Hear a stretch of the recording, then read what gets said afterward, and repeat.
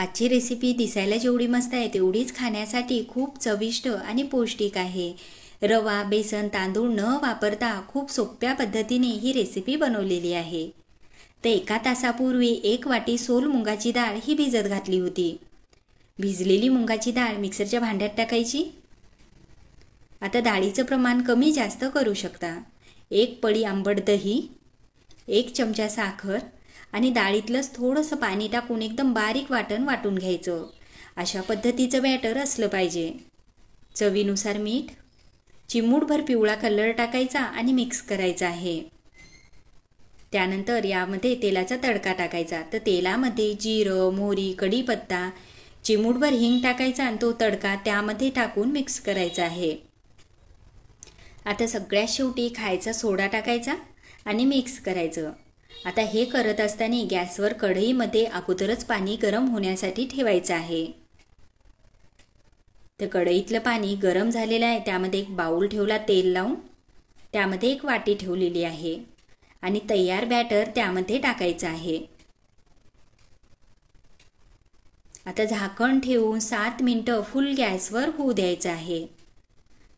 चटणी बनवण्यासाठी मिक्सरच्या भांड्यामध्ये 5 ते 6 हिरव्या मिरच्या, कोथिंबिरी, अद्रक, जिरं, चवीनुसार मीठ आणि 1 लिंबाचा रस पिळायचा। आता त्यामध्ये पाणी टाकून एकदम बारीक वाटून घ्यायचं। बनवायला खूप सोपी पण चवीला खूप मस्त अशी ही चटणी बनवून तयार होते। आता 7 मिनिटं झालेला आहे, तोपर्यंत ढोकळाही छान असा फुललेला आहे। आता थंड झाल्यानंतर हे काढून घ्यायचा। तेल लावल्यामुळे बिलकुल बाउलला हे चिटकत नाही, अलगद असा ढोकळा निघते। तर पाहू शकता दिसायला तर खूप मस्त दिसत आहे। चारही बाजूला खूप छान अशी जाळी सुद्धा आलेली आहे। अलगद अशी वाटी काढून घ्यायची आणि तयार चटणी त्यामध्ये टाकायची आहे।